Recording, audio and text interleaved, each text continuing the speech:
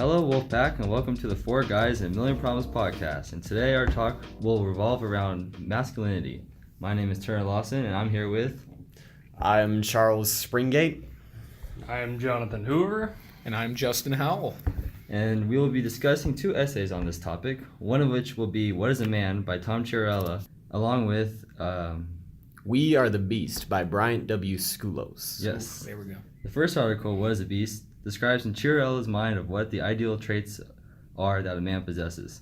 The second article by Skulos presents a more, how would you guys describe? Painful look at masculinity. Yeah. That's the only good way to put it. It's a harsh painful. read for Very sure. negatively skewed. I mean, I did ask our one listener, Mr. Sebastian himself, and apparently everybody else wrote on What is a Beast, or We Are the Beast, because everybody hated it so much. Oh man. So let's start with that topic, boys. What do you think of We Are the Beast? We Are the Beast has a functioning core concept that was executed extremely poorly. It equates a lot of things that don't necessarily actually equal each other, i.e. toxic masculinity, Gaston and Beauty and the Beast, and for whatever reason, capitalism and how it is a product of toxic masculinity. So, I mean, obviously capitalism is just the real cause of toxic masculinity. Clearly. clearly, You know, and I like how he states, this essay won't be about toxic masculinity. I mean, it won't be about communism and capitalism and how it's a bourgeoisie concept. And then he goes just real deep in there by the end of it. It's like, well, okay. See, the sucks. point that he made at the start of the essay was that he wouldn't say how Beauty and the Beast is a commentary on capitalism. He just made it a commentary on capitalism because why not? Yeah, I think We Are the Beast would have been a great essay had it focused on the masculinity, because the author could have drawn a lot of things from the movie that relate to our real life situation, but he ended up talking about politics and that sort of muddy the waters, and it wasn't that good. I would go even further to say that it wouldn't necessarily be a good essay if you took away the political and anti-capitalist leaning that it has. At the very core, it's trying to argue that Gaston is a perfect representation of toxic masculinity without defining what toxic masculinity is, because it's a very amorphous topic at the moment. There's no true definition as it stands. And secondly, I would say that Gaston exhibits a lot of aspects of hypermasculinity, if you're going to use terms that are kind of becoming commonly used. It's this hyper ego that he feels driven to kill and boast and things of that nature, as opposed to toxic masculinity, which requires a certain amount of depth to a person's character, where he is suppressing emotions in favor of this masculine bravado. I don't think Gaston is a deep enough character to even suppress emotions, because I don't think he has any. So I think the very core of the essay is flawed. Plus you have to remember that he's trying to find these deeper, logical, emotional, representations in what is, just a kid's movie. You're not supposed to Gaston is toxic masculinity. You're supposed to be a kid that goes, Gaston sure is evil. Ooh, what a mean funny. what a mean guy he is. Oh, why would he do that to Belle? But then on the other end, you have Dr. Seuss, who literally hid ideas about the Holocaust, racism, sexism, all throughout his children's books that were rhyming. Yeah. I mean, the obvious message that they're trying to get to kids is, don't be an ass. Yeah, don't be an ass. True love wins over, weird, creepy... Gaston's. Weird, creepy Gaston love. And, there is the message underneath, but it's made for kids, Dr. Seuss was, putting, anti-racism and stuff, but it is pretty easy to understand. Just don't be a dick to people who are different from you. It's still tailored for kids. it can be deep, but it's not deep enough for Beauty and the Beast to be obviously there. He's the perfect representation of toxic masculinity. It's like, well, that's a bit of a stretch. One See, thing, there's it's all good. There's further problems with We Are the Beast to me because it has a good ending point to me about like it ends with like spreading love and like helping change people for the better. And while some I believe argue that it shouldn't be the responsibility of one person to help the other, I agree, but that doesn't mean you can't still help them. However, that's a very small, minuscule point in the entire essay that goes on about pharma prices for drugs. one thing Mario that, Sure Kelly. one thing that I would agree with in the essay, although it is quite flawed, is in the last paragraph, the author stated that he believes that we need men to become more human, and I think that's something that just is general for everyone. I think everyone should become more human. Like, we don't have to assess roles to specifically one gender and expect that one gender to like follow through with those, or like, oh, men are toxic, or we shouldn't just like, like, how would I say it? Like, it's not exclusive to one gender. And I think that if everyone would become more human, we could all get along better, communicate better, and it might make the world a better place. So more neutralize the Yeah. idea of gender. Or not even just neutralize the gender, but neutralize like the traits that go like reduce all the stereotypes. So I agree with that, and to like widen it to a general audience that isn't just specifically men. I think that society and people in general could really benefit from gaining a bit more empathy. I think a lack of empathy is the stem of a lot of the problems that we face today. One side definitely does not understand the other, and vice versa, in almost every aspect in our country at the moment, politically, gender-wise, everything. So an increase in empathy on all sides would benefit everyone. It's more than an increase in empathy, it's an increase in simple understanding and even will to understand other people, because you see like massive polarization in the political ideas of different people, and you see the far left, the far right. There is no middle ground at all because they don't want to accept that there can be middle ground. They want to, people, whoever on whatever extreme side, want to just make it an us versus them fight instead of trying to understand the other person, trying to get their viewpoints and logically just understand them. It's not. I mean, at a certain point, I think, like, politically, a lot of the people do understand that the other side's argument. The problem is that they're just too fundamentally different. But then that gets into this weird conversation of how politics in America has become less and less about political ideology and more about political party bias and just saying, I vote right because I'm a gosh darn American, and all those left wings, they're just not American as me. Liberals. Yeah, like that's what it just kind of boils down to. Like now in politics, instead of like, hey, I'm a right wing because I believe in a lot of the policies that they hold.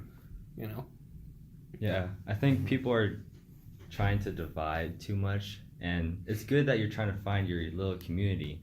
But when you're attacking others and you're saying that other people aren't important, or you're just degrading them in general, that's just not helping anyone. I mean, it's really pointless to even do any of that. Have you guys seen all the Jackie Rosen ads that are coming on YouTube? Oh, God. Hanoi Jane, like, she doesn't care about veterans. It's like, and it's not only like, I bring this example up because I just see it on every other video of, like, she doesn't care about veterans. What a liar. A campaign built on lies. And it's ridiculous when you see it so often. You just kind of realize, like, man, this is not even about Jackie.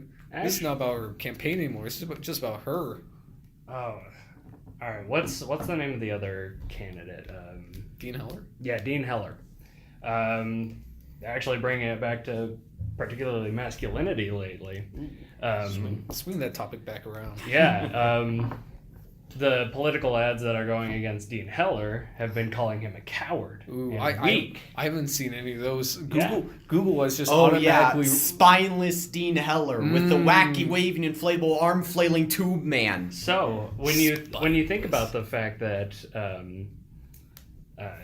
the people supporting him, when you look at the demographics, are predominantly male, you see that these kind of hit ads against him are aimed at this kind of attack on his masculinity. So what do you guys think about that?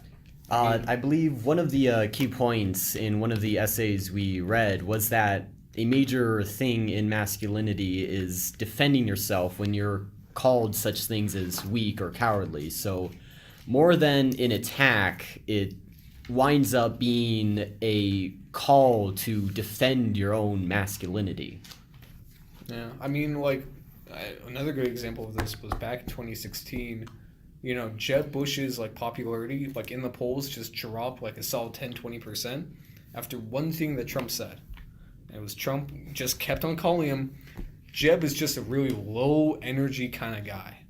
And that demasculinized Jeb just so much to people's eyes that he literally dropped like 10-15% in the polls like a couple days after.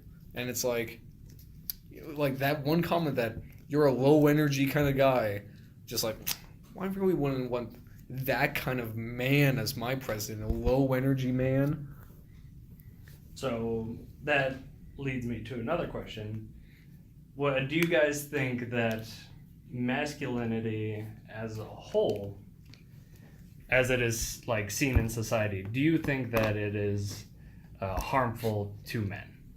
I think, well, I'd say politics is like one of the leading eyes into how, like, say, people view masculinity because they're on the headlines. Like, they're the main, like, most of politicians are men. Like, they're who people see. And I think that when you have such a small group of people representing such a big group, that, yeah, it is a problem. Of course, there are people out there that, I'm sure there's more good, like, well-mannered men out there than there is toxic ones. But it's usually, people like to hold on to the toxic side, and they always hold on to that. People like to look at the extremes and then create straw mans from those extremes. I think that's sort of the point you're going for. People don't like to look at actual people as separate beings. They like to look at them as labels. So they like to look at them as a toxic man instead of their own person. Yeah. I mean, let's get real morbid real quick. Oh boy.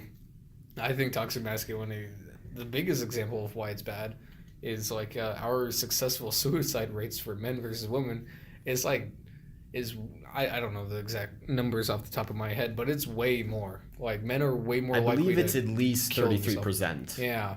So it, you know, if you say one of the core things of toxic masculinity is the bottling up of emotions, well, we certainly bottle them up enough to make until we snap. To make a third more of men willing to just, you know, jump off a bridge. So I'd say it's definitely more harmful to the long-term health of men. By the way, the suicide rates for men are way worse than what you guys thought it was. Oh no. 66? Men die by suicide 3.53 times more often than women. 300%. That is 353% more men die by suicide than women. And I mean, like, is that like successful suicides or attempted suicides? Because that's the other statistic I remember. Men die by suicide. Because so successful. Yeah, so because that's the other thing is that I don't think it's like for the amount of suicide attempts is the number isn't as big, but men are way more likely. Like, when men try to commit suicide more often, But the problem is men are also way more likely to succeed if they try to commit suicide than women. Because typically, like I remember reading an article about this, it was men's suicide methods are usually for sure. There's no chance that you'll survive. They're usually guns. In the U.S., it's usually guns for men, and women normally go with I think either cutting or pills, drugs. Yeah, and both of them have way higher chances of succeeding and saving them than just. So, I think that because the suicide rates for men have increased as of late, I would say that part of that is due to the fact that men are kind of being villainized as of recently. This straw man that you mentioned earlier is kind of being applied to men that it really shouldn't apply to. And I think a lot of men are taking this rather hard. I think it's that, and I remember a point being made is that, like there's this big push, like you can't be, like bottle up all your feelings and like, a toxic man. So then, guys have been trying to like break those, gender norms. But the problem is that there's an immediate pushback from often the same people that told them to not be like that, where, the joke is like, hey, like those guys are relying on each other more between friends and, like exploring male friendships and being more supportive of each other. Haha, they're gay, right? Yeah. And it's that immediate pushback, like, wait a second, you told us to be like this, to like, be more supportive friends and talk about feelings more, and now we're getting made fun of for that.